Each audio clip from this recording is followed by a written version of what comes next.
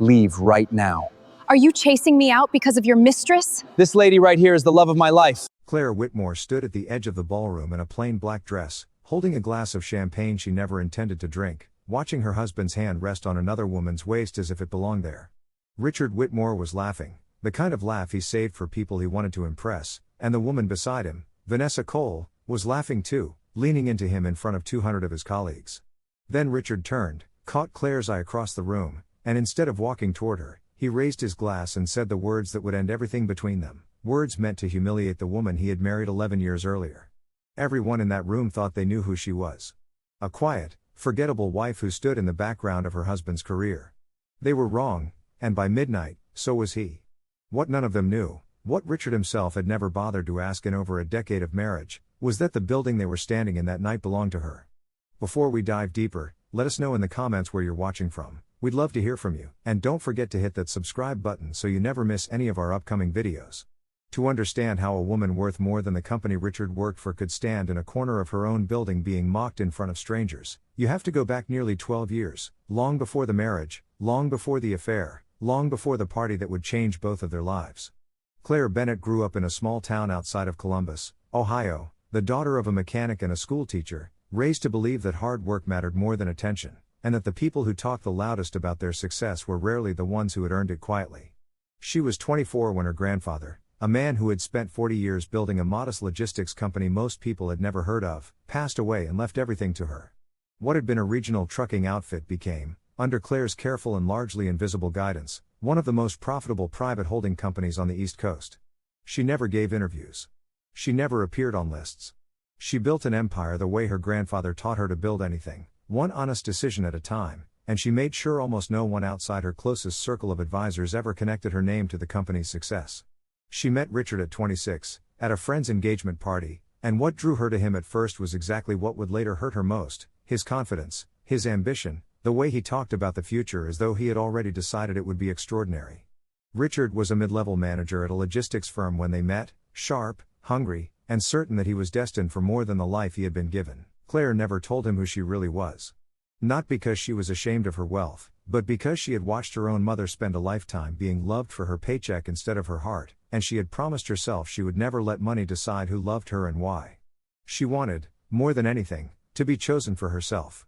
So she let Richard believe she worked in accounting for a company connected to her family, technically true, carefully vague, and she let him build the story of their life around the version of her he could see rather than the one she had chosen to hide.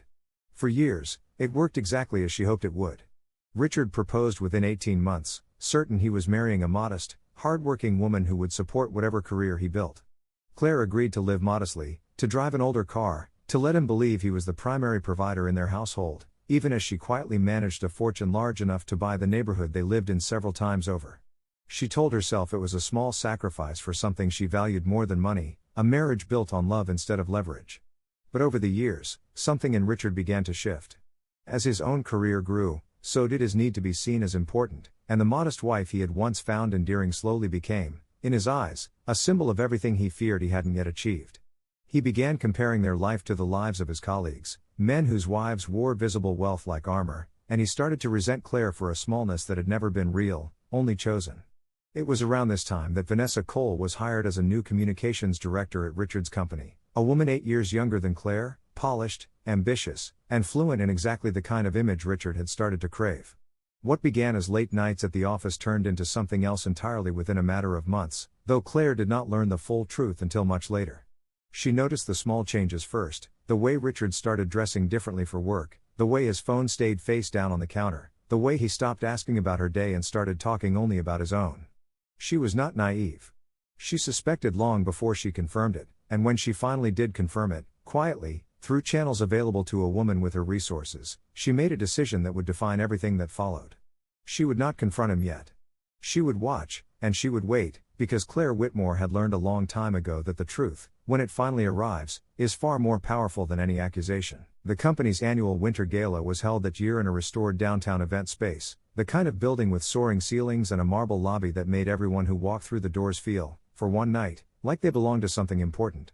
What none of the 200 guests in that room knew, including Richard, was that the building itself was one of Claire's holdings, acquired years earlier through one of the many subsidiaries that carried a name no one in that room would recognize as hers. Richard had arranged for his company's biggest event of the year to take place inside a property owned, quietly and completely, by the wife he had spent months trying to erase from his ambitions. Claire arrived that evening in the same understated way she always did, a simple black dress, minimal jewelry, no entourage, nothing that would draw a second glance from a room full of people conditioned to notice status. She had decided months earlier that she would attend this particular party, not because she wanted to, but because some instinct told her that the truth was finally ready to surface, whether she orchestrated it or not. For the first hour, Claire stood mostly alone, watching Richard work the room with Vanessa positioned close beside him, close enough that even the guests who didn't know about the affair could sense something had shifted. She watched him introduce Vanessa to executives as though she were the one building his future, watched him laugh at jokes clearly meant to make Claire feel invisible, watched him glance in her direction only when he wanted to make sure she was witnessing exactly how little he thought of her now. She had expected this. She had not expected the moment near the end of the night when Richard, emboldened by champagne and the attention of his colleagues, decided that humiliating his wife in front of the entire company would somehow make him look stronger. He raised his glass, gestured loosely in Claire's direction, and told the room that some people were simply built to stay in the background, that not everyone was meant for more, that he, unlike his wife, refused to settle for an ordinary life. The room laughed, uncertain but obedient, the way rooms full of employees often laugh at the jokes of the people who sign their paychecks. Claire did not react the way Richard expected. She did not cry, did not raise her voice, did not give him the satisfaction of watching her come undone in front of his colleagues. She simply set down her glass and turned toward the front of the room, where the building's general manager, a woman named Patricia Hale, had been quietly watching the exchange with visible discomfort. Patricia crossed the room, and in front of Richard, in front of Vanessa, in front of every executive who had just laughed along with a joke at Claire's expense, she greeted Claire not as a guest, but as the owner of the building they were standing in, thanking her personally for allowing the company to host its event there again this year. The room went silent in a way that felt physical, a silence that spread from the small circle around Richard outward until conversations across the entire ballroom had stopped. Richard's smile did not fade so much as collapse, piece by piece, as the meaning of Patricia's words settled over him. What followed happened in the space of only a few seconds, though for Richard it must have felt considerably longer. Executives who had spent the evening laughing at his joke began quietly recalculating everything they thought they understood about the quiet woman standing near the back of the room. Someone near the bar asked, not quietly enough, whether Claire Whitmore was the same Claire Bennett whose family holding company had recently acquired 3 logistics firms across 2 states, one of which happened to be the very firm Richard had built his career inside. Vanessa's hand, which had been resting comfortably on Richard's arm all evening, slid away almost involuntarily, as though some instinct told her the ground beneath both of them had just shifted in a way that would not be easy to reverse. Richard opened his mouth to say something, anything, to recover the moment, but no words came, because for the first time in his marriage, he understood that every assumption he had built his confidence on had been resting on a version of his wife that had never actually existed. Claire did not stay to watch the rest of the unraveling. She thanked Patricia quietly, collected her coat from the attendant near the entrance, the same plain black coat she had worn a dozen times before without anyone in that world ever noticing her, and walked out of the building she owned without saying another word to her husband. Behind her, the party continued in fractured, uncertain conversation, executives whispering questions no one dared ask Richard directly, Vanessa standing several feet away from him now, suddenly aware that the man she had risked her reputation for might not be the man of consequence she had imagined. Richard stood alone in the middle of the room he had chosen to humiliate his wife in, surrounded by 200 people who had just watched, in real time, the complete and permanent collapse of the story he had spent years building about who he was and who she was not. The days that followed the gala moved quickly, though not in the direction Richard had hoped. By the following Monday, word of what had happened at the party had spread through every level of his company, from executives who had witnessed it firsthand to junior staff who had only heard second-hand versions that grew more dramatic with each retelling. Richard attempted to reach Claire multiple times that weekend, first with apologetic messages, then with increasingly desperate phone calls, each one met with silence. Claire had already done what she needed to do. She met privately with her legal team on Sunday morning, initiating divorce proceedings that had, in truth, been prepared months earlier once she confirmed the affair, waiting only for the right moment to move forward. She also made a single call to the board overseeing the logistics firm Richard worked for, a firm her family's holding company had quietly held significant influence over for years, a call that would determine far more about Richard's professional future than he yet understood. When Richard finally reached Claire in person, nearly a week after the party, It was not the confrontation he had rehearsed in his mind. He arrived at what had once been their shared home expecting anger, tears, an opening for the kind of apology that had worked on her before. Instead, he found Claire calm, composed, and entirely unmoved by his attempts to explain away Vanessa, to minimize the affair, to reframe his comments at the party as a joke that had simply landed wrong. She let him speak for several minutes without interruption, and when he finally ran out of excuses, she told him, quietly and without cruelty, that she had spent 11 years hoping he would love the woman standing in front of him rather than the fortune he never even knew existed, and that the version of their marriage he was trying to save had ended long before that night at the party, the moment he decided her worth in front of strangers rather than asking her, privately, what had gone wrong between them. She told him, too, that his position at the firm was no longer secure, not out of vindictiveness, but because the trust required to lead a company her family's holdings quietly supported had been broken in a way that could not simply be repaired with an apology.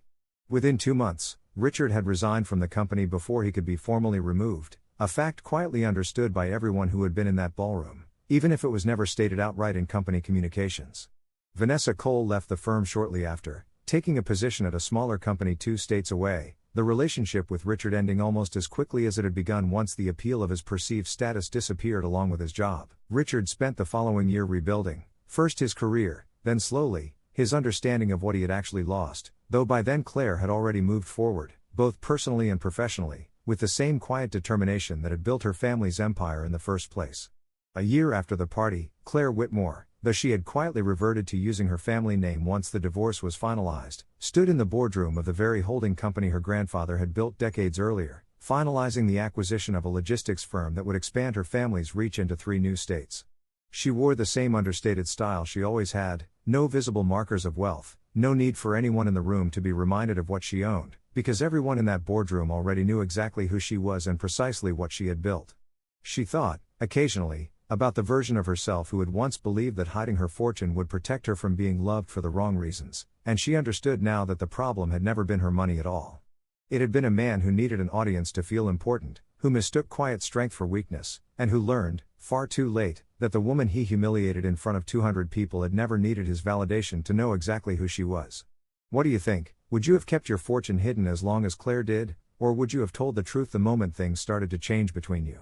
Let us know in the comments, and if this story moved you, stay close, because the next one might hit even closer to home.